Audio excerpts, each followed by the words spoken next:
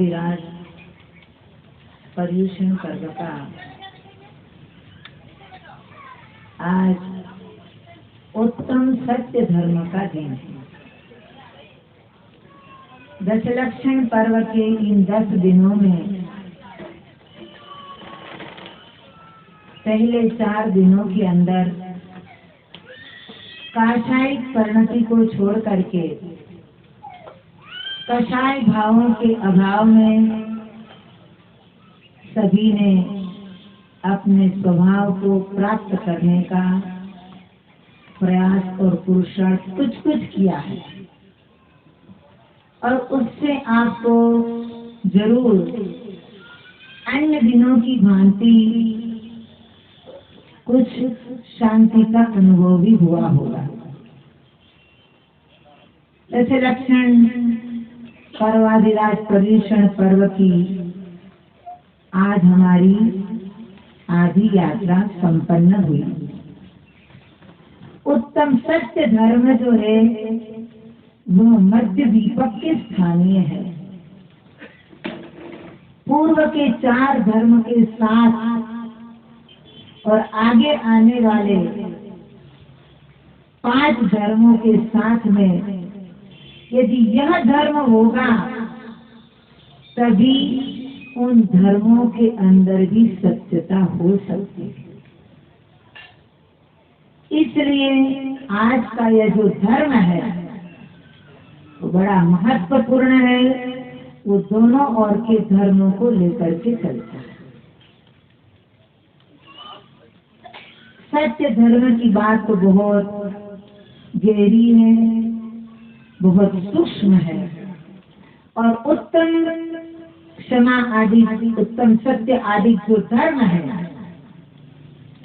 सम्यक दर्शन पूर्वक यदि है तभी वह उत्तम सत्य की कोटि में आता है और वह पूर्णतया श्रमण मुनिराज संयमी जीव ही उनका पालन कर पाते हैं।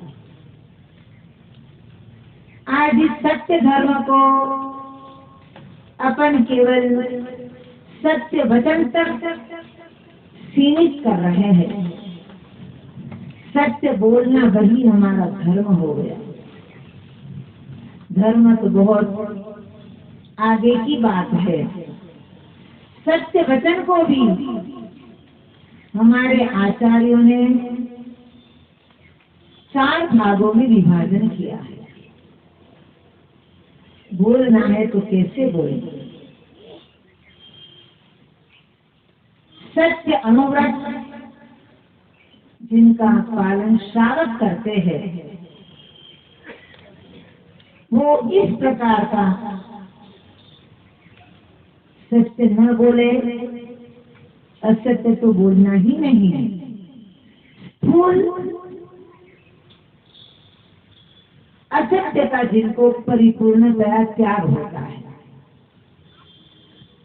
आज व्यावहारिक जीवन में भी बिना प्रयोजन कितने असत्य वाणी बोलते हैं संसारिक जीव।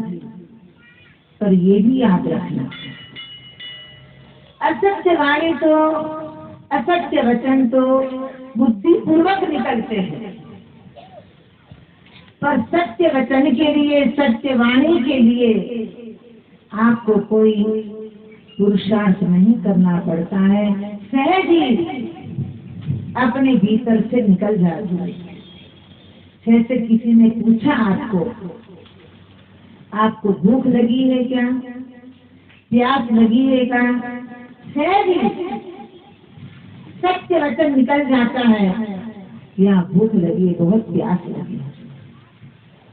असत्य के लिए तो कुछ विचार करना पड़ता है परंतु सत्य वचन जो सहज निकलता है इनकी तरफ हमारा लक्ष्य नहीं है। इसलिए कोई ये सोचे क्योंकि आज सबको नियम करना ही है कि मैं असत्य वचन असत्य भाषण नहीं करूंगा। ये तो संभव है एक दिन क्या वर्षों तक पूरे जीवन भर तक यह प्रयास आपका सफल हो सकता है कि मैं असत्य भाषण, असत्य वचन नहीं बोलूं, परंतु सत्य वचन नहीं बोलूंगा। ऐसा ये बड़ा कठिन है, क्योंकि सहज ही कई बार दिन में कई बार अपने मुख से सत्य वचन निकलते हैं और अपने आप ही, और वो सत्य वचन कभी ऐसे निकल जाते, ऐसे खड़े हो जाते हैं। इसलिए कम से कम इतना तो याद रखना, एक दिन में कई बार सत्य वचन निकलता है, और उसमें भी एक बार तो निकलता ही निकलता है। इसलिए हर बार अपने को, अपने वचन को तोड़ करके बाहर निकालना है। आपके मुंह से कोई ऐसा वचन निकल गया और सामने वालों के लिए वो सत्य हो गया। एक बहन का छोटा सा बच्चा, छोटा सा, बहुत दस्ते लग रही थी। एक बार साफ करे इतने में दूसरी बार फिर बार बार दस्त लग रही थी। वो साफ करती करती परेशान हो गई। आखिर में उनके मुख से सहज ऐसा शब्द निकल गया, इससे तो मर जाता तो अच्छा। उनके मुंह से शब्द निकलना और उस बच्चे का प्राण निकलना। कई बार, अभी तो आज सब पढ़े लिखे लोग हैं, वचन से भले ही बोलते होंगे, मन में जरूर भावना कर सकते हो सकते, वो भी दोनों की ऐसी निकल जाए, परंतु फिर भी कई शब्द संस्कार के कारण ऐसे निकल जाते हैं। तो ऐसे शब्द न निकालें कि सामने वाले के जीवन में इस प्रकार की अवस्था उनको प्राप्त हो जाए। तो सबसे पहला जिनका श्रावक पालन कर सकता है, सत्य अनुभूति होती। कम से कम इतना मोटा असत्य न बोले और ऐसा सत्य भी न बोले कि जिनमें दूसरे जीवों का घात हो जाए, दूसरे जीवों की रक्षा होती रहे, ऐसी भावना हमेशा प्रति समय बनाए हैं। अब श्रावक से यदि अगर ऊपर जाते हैं, जो साधु, जो संयमी जीव है, जिन्होंने महाव्रतों का धारण किया है, वे 9 कोटि से असत्य का त्याग करते हैं। मन वचन काय कृत कार्य और अनुमोदना, 9 कोटि से किसी प्रकार का असत्य भाषण, असत्य वचन, क्योंकि ये सारे भेद वो वचन संबंधी है। 9 कोटि से किसी प्रकार का असत्य वचन या असत्य भाषण नहीं करूंगा। ऐसी जब वो संयम महाव्रतों को ग्रहण करते, तब वो वेद शास्त्र गुरु की साक्षी पूर्वक प्रतिज्ञा करते हैं। इसलिए बार बार कहा जाता है, श्रावक के 6 आवश्यक कर्तव्यों के अंदर यही अपने को स्वाध्याय करने का नियम है। स्वाध्याय कर्तव्य का पालन अपने को प्रतिदिन करना है। तो ऐसे ग्रंथों का स्वाध्याय करना कि जिन महाव्रती साधुओं ने उस ग्रंथ की रचना की है, जिन्होंने भगवान के समक्ष प्रतिज्ञा की है कि मैं कभी भी असत्य भाषण नहीं करूंगा, जो तीर्थंकर भगवान को ने कहा है, उसी के अनुरूप मैं कह रहा हूँ और लिख रहा हूँ। इसलिए आचार्य प्रणीत ग्रंथों का अपने को स्वाध्याय करना चाहिए, जिन्होंने 9 कोटि से असत्य बोलने का, लिखने का सब प्रकार से जिनका त्याग है। उससे फिर और आगे ऊपर महाव्रतों का धारण करने के बाद में भी उन सत्य महाव्रतधारी उन साधु को वचन बोलना है, तो कैसे वचन बोलना है, उनके लिए फिर और आगे उनका स्टेप बताया। ऐसे तो प्रमुखता से तो उनको संपूर्ण अखंड मौन रहना चाहिए। निश्चय वचन गुप्ति का लक्षण बताते हुए नियम सार के अंदर संपूर्ण अखंड मौन वही निश्चय गुप्ति का लक्षण है, वचन गुप्ति अखंड मौन। परंतु यदि अखंड मौन को धारण नहीं कर सकते हैं तो वचन अपने को बोलना है। कैसे वचन बोलना? अप्रिय कटुक कठोर शब्द नहीं कोई मुख से कहा कर।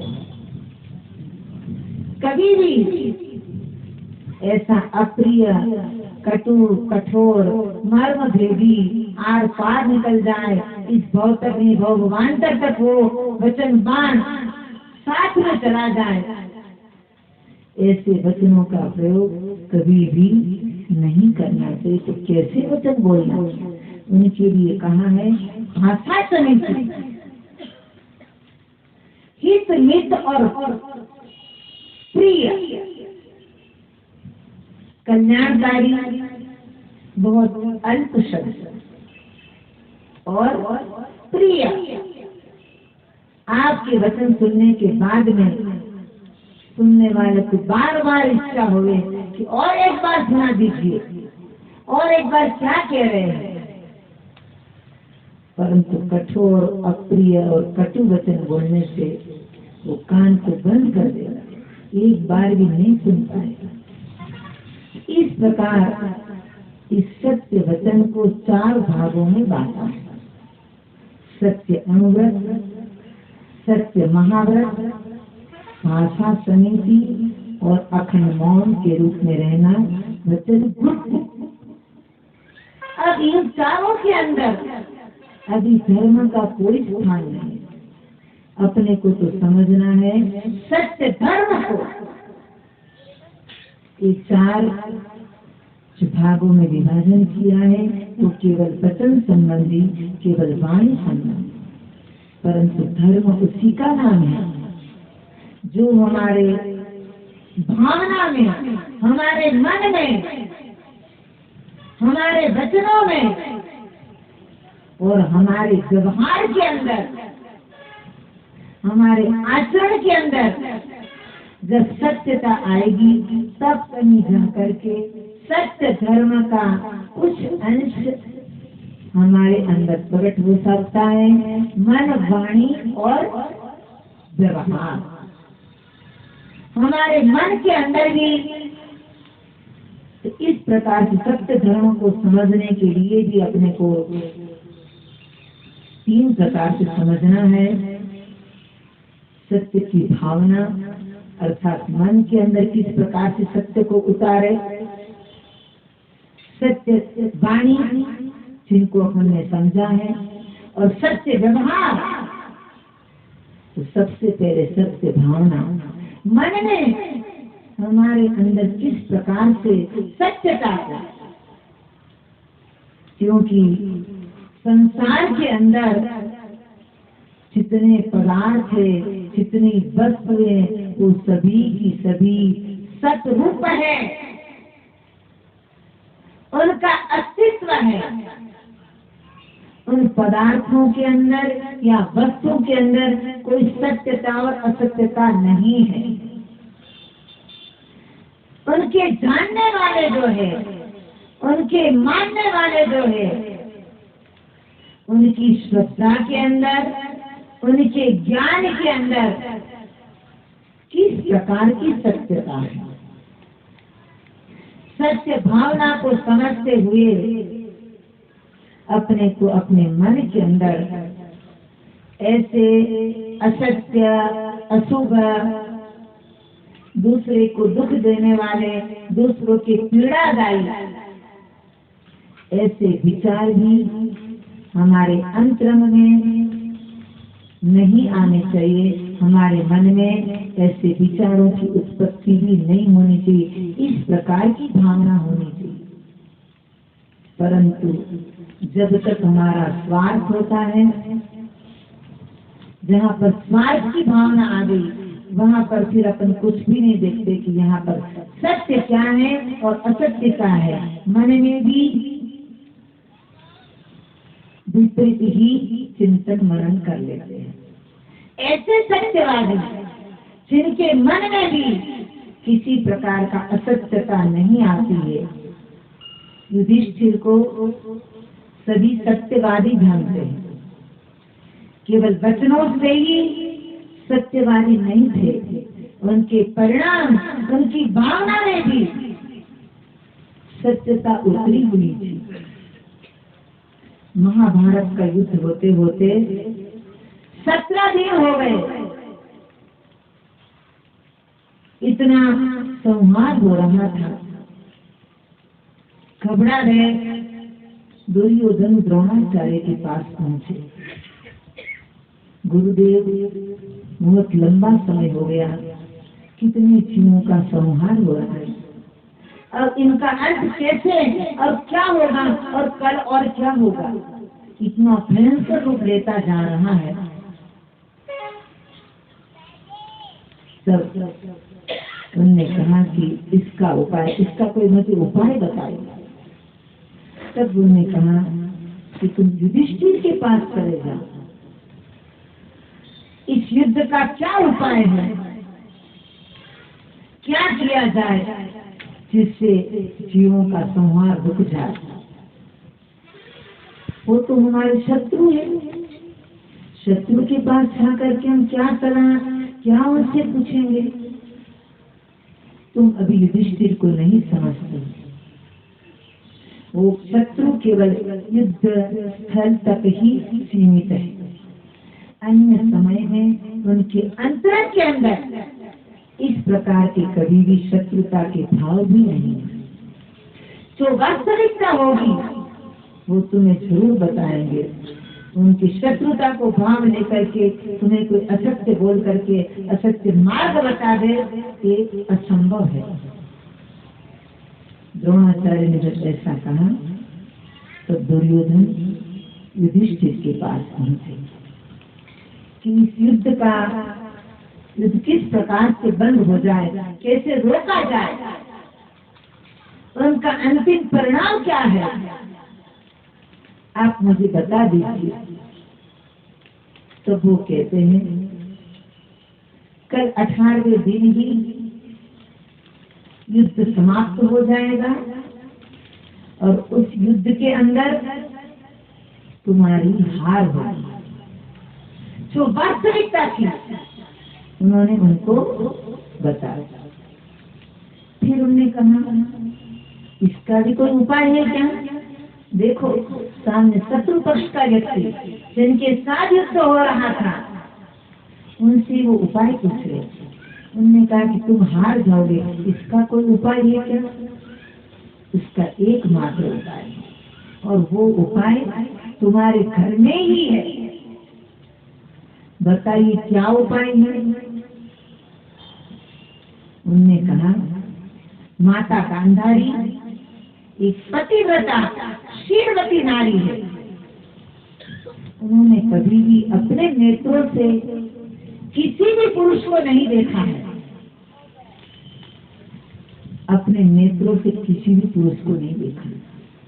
इससे उनकी अंदर ऐसी शक्ति है कि एक बार मात्र तुम्हारी माँ तुम्हें बिल्कुल निर्वस्त्र के रूप में देख ले तो हो सकता है, तो तुम अजय हो सकते हो।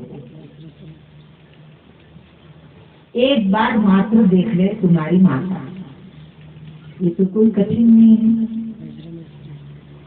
तुरंत ही वो चली गई। उन्होंने ये भी कहा था शीलवती नारी, पतिव्रता नारी भी एक बार भी किसी को अपने नेत्रों से देख लेती है तो उनका शरीर वस्त्रमय हो जाता है। उनके ऊपर कोई कितना ही वार करे तो उनको कोई नहीं जीत सकता है, वार का किसी प्रकार का असर भी नहीं होता है। चले गए। प्रातः काल अंधेरे अंधेरे के अंदर सब कोई नहीं ज्यादा आवागमन रहता है।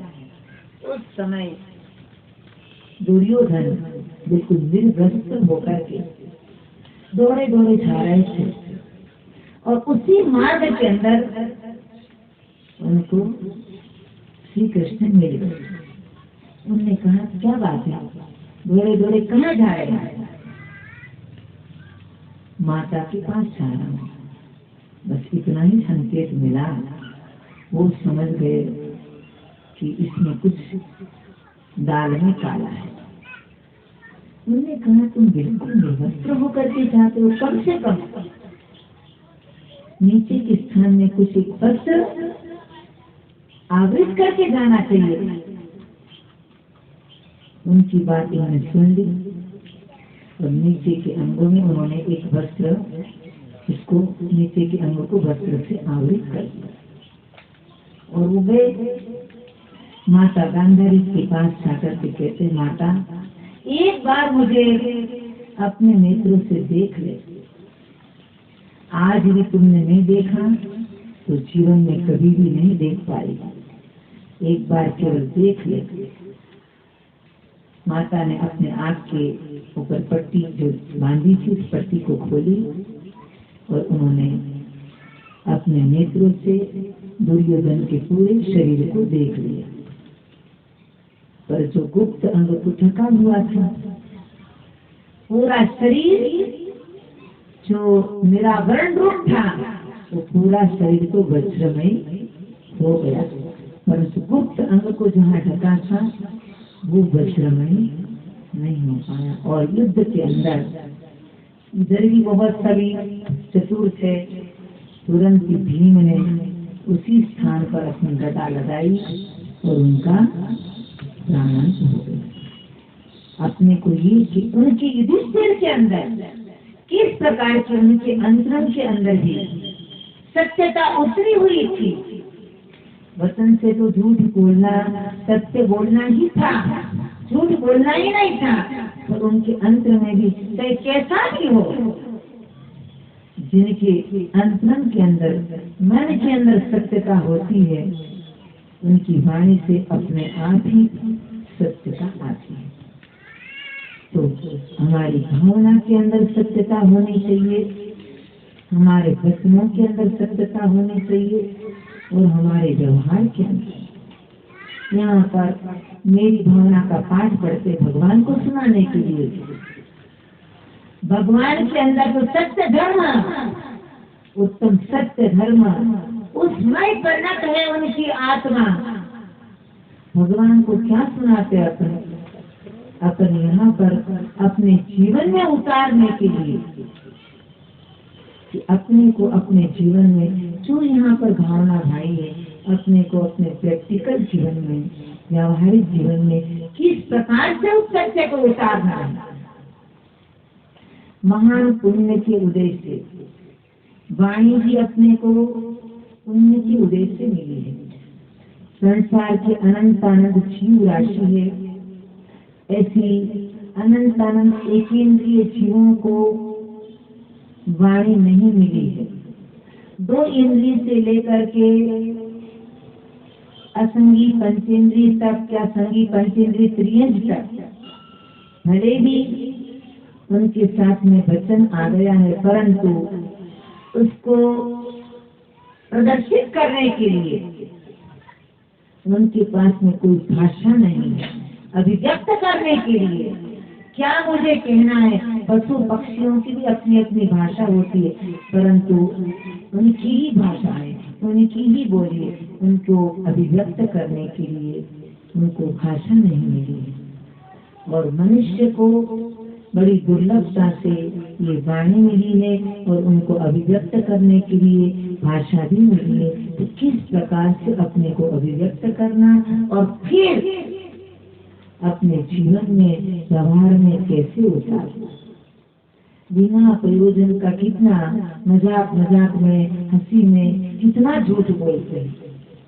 हंसी मजाक में भी झूठ बोला है, वह भी झूठ की कोटि में आएगा और वही पाप बंद कराने वाला है।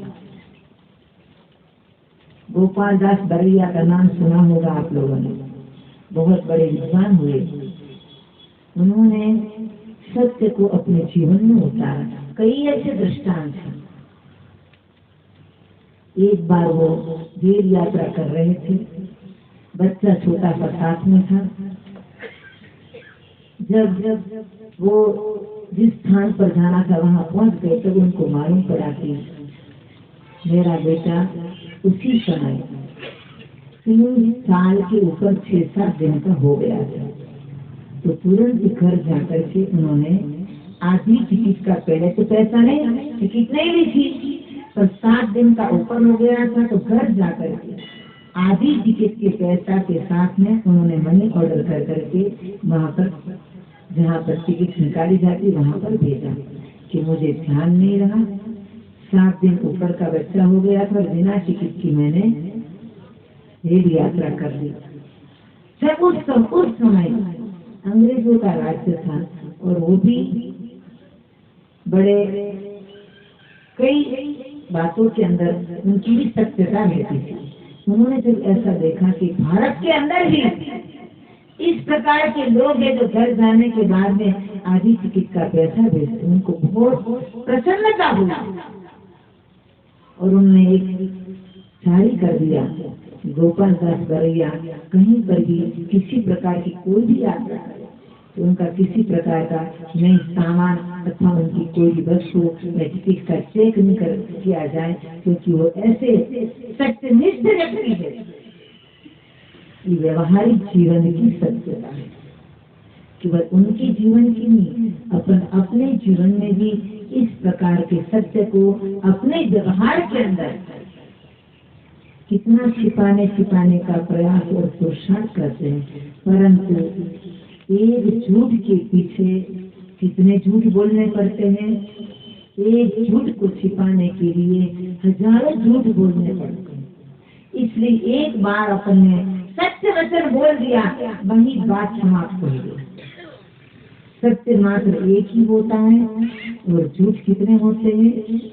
100 में से 99 झूठ होते हैं और सत्य एक ही होता है। और सत्य वाला व्यक्ति 1 का 2 नहीं कर सकता है कि सत्य एक ही होता है, और झूठ वाला व्यक्ति तो 1 के 2 क्या सैकड़ों ही कर सकता है। तो आज सत्य धर्म के दिन, धर्म को तो बहुत अपने को गहराई से समझना है, क्योंकि वो सत्य धर्म तो हमारे अरिहंत परमेष्टि सिद्ध परमेष्टि के अंदर परिपूर्णता है, उनका परिणमन हुआ है। उनकी मन, वाणी और व्यवहार उस रूप परिणत है। पर अपन अपने जीवन में सत्य धर्म को समझने के पहले, सत्य धर्म तक पहुंचने के लिए वर्तमान में अपन क्या पुरुषार्थ कर सकते हैं। पहले तो अपन व्यवहार में भी उतरना बड़ा कठिन है। पहले अपन अपनी वाणी को थोड़ा सा कंट्रोल में रखे कि अपन किस प्रकार से सत्य वचन बोले। इस प्रकार से वाणी में करने के बाद में, उनका पुरुषार्थ करने के बाद में फिर अपन कुछ व्यवहार में ला सकते हैं, और फिर हमारी भावना भी इस प्रकार से हो सकती है कि किसी प्रकार की कैसी भी परिस्थिति हो तो हमें किस प्रकार से वचनों का प्रयोग करना, हमारी वाणी में कैसा, हमारे मन में भावना कैसी करनी और हमें व्यवहार में कैसे दिखाना। अंत में इतनी ही बात बतानी है कि संसार में इस प्रकार से 3 प्रकार के लोग पाए जाते हैं, जिनको सत्य से कुछ लेना भी नहीं है, सत्य से कुछ देना भी नहीं है। सारे संसार के वो प्राणी हैं, सत्य से जिनको कोई मतलब ही नहीं है, लेना भी नहीं और देना भी नहीं है। माता जी महाराज कितने ही समझाते रहे हर कंडीशन में, तो अपन तो जो करके आ रहे हैं वो ही करेंगे। दूसरे प्रकार के जो जीव है, जिनको सत्य से कुछ लेना तो नहीं है और सत्य से देते तो है। बड़े बड़े पंडित लोग होते हैं, विद्वान लोग होते हैं, सत्य को अपनी वाणी के माध्यम से सत्य का इतना प्रकटीकरण करेंगे, इतना समझाएंगे कि सुनने वाले को जरूर ऐसा लगता है कि हाँ, अपने को कुछ अपने जीवन में सत्य उतारना है। परंतु स्वयं सबकी बात नहीं है, कोई कोई ऐसे भी हो सकते हैं कि जो इसलिए इन पंडित लोगों की बातों पर लोगों को ज्यादा विश्वास और श्रद्धा इसलिए नहीं बन पाती है, उन्होंने अभी स्वयं अपने जीवन में परिपूर्णतया उतारा नहीं है। तो दूसरे प्रकार के जो जीव हैं, सत्य देना तो जानते हैं परंतु सत्य लेना नहीं जानते। वो कौन है? पंडित लोग। सभी नहीं, कुछ कुछ पंडित ऐसे हो सकते हैं। हमारे बाहुबली पंडित जैसे नहीं समझे कि माता जी हमें क्या कह रहे हैं।